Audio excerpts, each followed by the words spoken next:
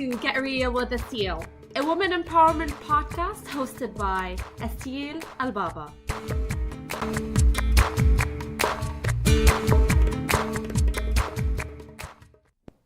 Hello and welcome to another episode of Get Real with Estiel. Today is Monday, October 29th, 2018. So for today's episode, it's going to be from the heart again, just talking about certain reflections that I came across in my life recently.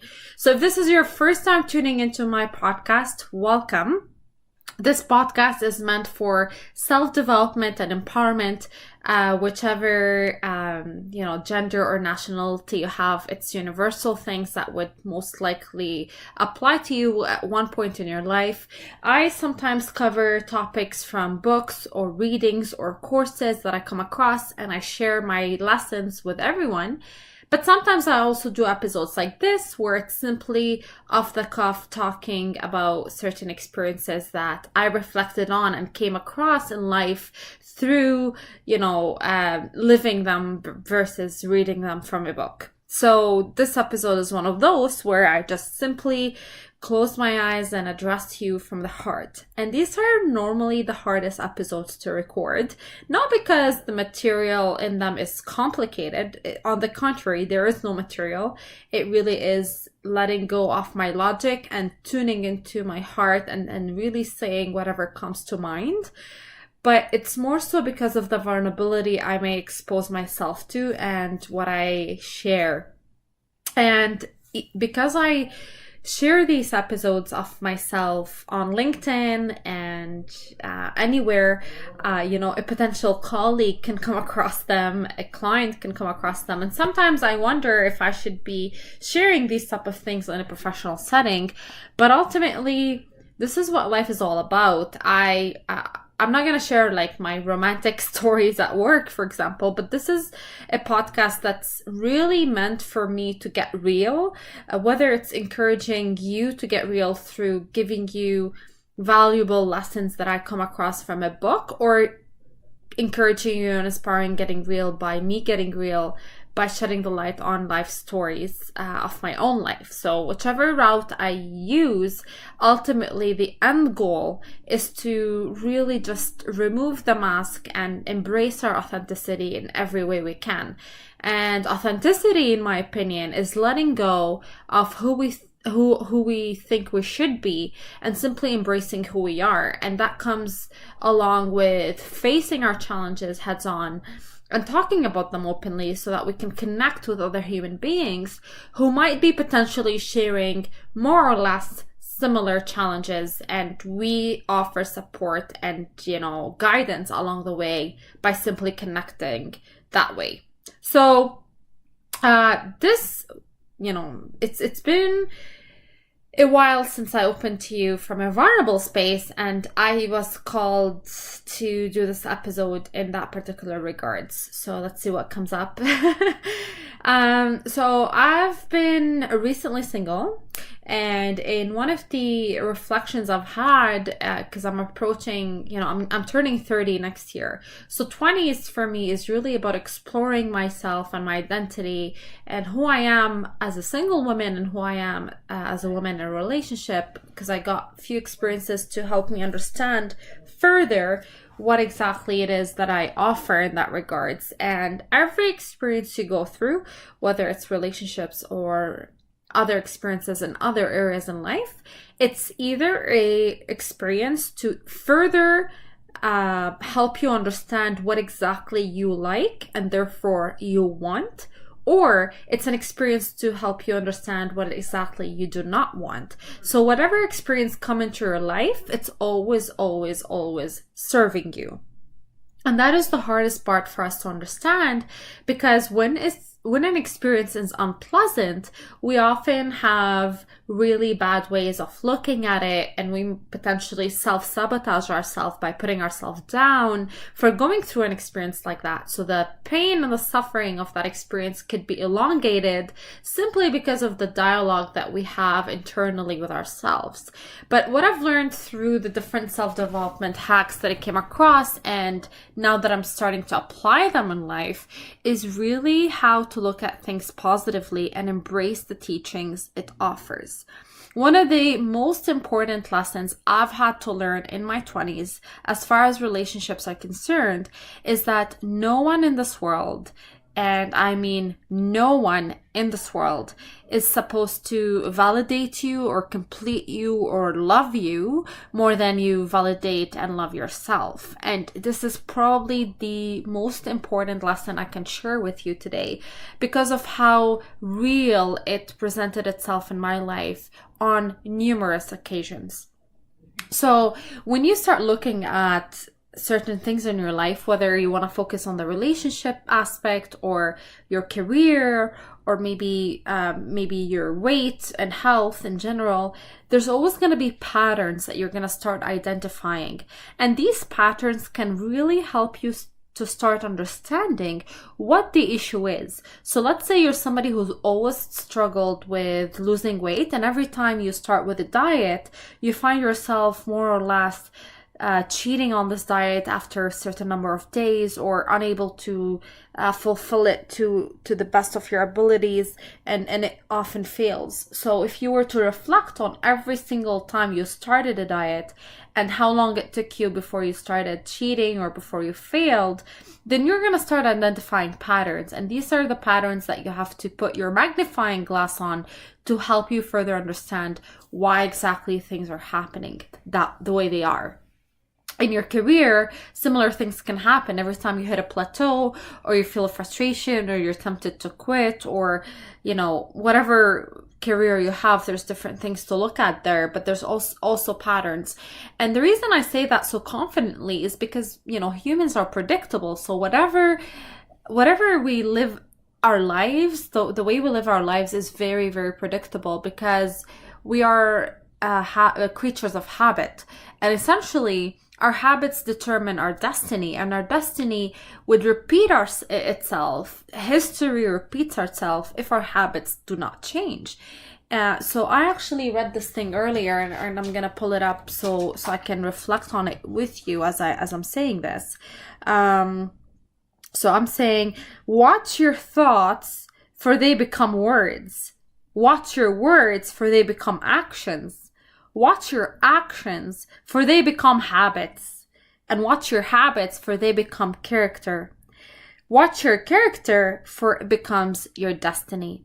So if you trace it, watch your thoughts, which is what we started with, and end it with, for it becomes your destiny. So your thoughts truly are capable of shaping your destiny. And that's why it's very important to start there.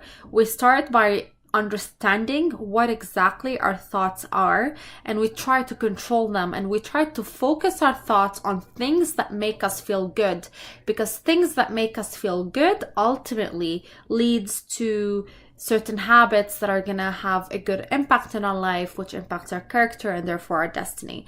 So because I was talking about relationships for myself, this is the area I thought I would shed some light on, just to give you examples of how that applies. I've had few relationships in my 20s, and it's only after a few experiences that I started to notice an underlying pattern in these relationships. And I was attracting a very similar kind of man, and I thought my happiness would be completed by the presence of that man in my life. I had these views, and I'm not even sure how these views came about. I'm not sure if it's the social conditioning or the culture or the way I was raised, or simply because I felt a void in my life and I wanted to fill that void with what I thought would be a happy relationship. So I thought my happiness depended highly on the relationship I was in, and therefore whenever you have a relationship that whenever your happiness depended on anything external outside yourself, you're pretty much setting yourself up for failure. And that is something I came to realize and understand on a theoretical level in my mid-20s. So in my mid-20s, these particular things started becoming in my awareness and started to become in my consciousness. But it's not really enough for us as humans to start understanding things theoretically. What's important for us is to now apply it. So even though I started understanding this in my mid-20s, it's only until recent, so I turned 29 this year, that I started to really tangibly make it a point and commit to actually relaying these lessons in my life on a practical level and living up to them, because I know that they're going to be the foundation and fundamental in the sustainability of my happiness and in really getting my life on to the next quality, like to get the quality of my life, to the next level. So what I mean by that is that right now my life is really rich and it's really filled with so much activities that keep me stimulated and active and having fun with the process, so that I am not feeling lonely and I'm not feeling that I need someone to complete me or that I need somebody to rely on in any way. I feel very independent and holistically happy and fulfilled. And that's how I know that while with maintaining these things on a constant basis, I am then capable to meet a partner that would complement me versus complete me, so that our presence in each other's life is more of a presence that push you forward instead of one that hinders you, because that's been my experience so far, and I had to learn that lesson pretty much a few times. I didn't get it after the first failed relationship. It didn't even hit me in the second failed relationship. It took a few tries until I started really understanding the pattern that I was actually exhibiting in my life and what I actually can learn from it. So this is a place where I can truly encourage you to have a hard look reality in the things you've been having in your lives. I chose relationships to share with you in this episode, but as I said earlier, it could also be applicable in other areas like your health or career or other type of relationships or whatever the case may be. There's always patterns to notice, and these patterns lead to the answer of what exactly could be going wrong so that you can address it and fix it. So let me give you some highlights of what my life is constituted about right now, just to kind of give you some tips of what you can do. So whether you're a single woman or man looking to sort of attract that right person in your life, even though I haven't attracted the right person in my life yet. So it's not that it's because I have a good relationship going for me that I get qualified to speak about it, but it's because I really had to learn how to achieve my own happiness on my own. And it's because of that I know that I am in a much better position today to meet the right person, because I want to, not because I need to. And there's a big difference between wanting somebody and needing somebody. And another thing to reflect on that, when people ask you if you're single, for example, sometimes you may be single but you're not available. So just the fact if somebody is not in your life or you're not in a relationship doesn't automatically qualify you to be in a position that you're able to meet other people. So you have to be honest with yourself and check in with yourself and see if you're happy and if you're fulfilled and if you feel complete. And only then, if the answer to these three things, are you happy, are you fulfilled, and you feel complete, if the answer to all three is yes, then that's the only time you should be actually, open to meeting other people. If the answer is no, that you're not happy and you're not fulfilled and you don't feel complete, then you cannot possibly put yourself in a position to look for that person that completes you, or look for that person to fulfill your dreams with, because you're putting such a big pressure on that person and responsibility that they would be responsible for your happiness, when in reality no one in this world will ever and should ever have the responsibility of your own happiness, because that's really something in your own hands. So some of the things I do today, aside from my full-time job, I just started a master's program to understand psychotherapy. So I know I'm gonna have such exciting topics to share with you as I go, about the ego, about emotions, about beliefs, about really exciting things in relation to our psychology that I really feel excited about learning and sharing. So that keeps me very stimulated. But I also have my podcast and my public speaking engagements, and I do pro bono life coaching, and I dance bachata. I started learning that. So I just had a class earlier today actually, and I feel so challenged.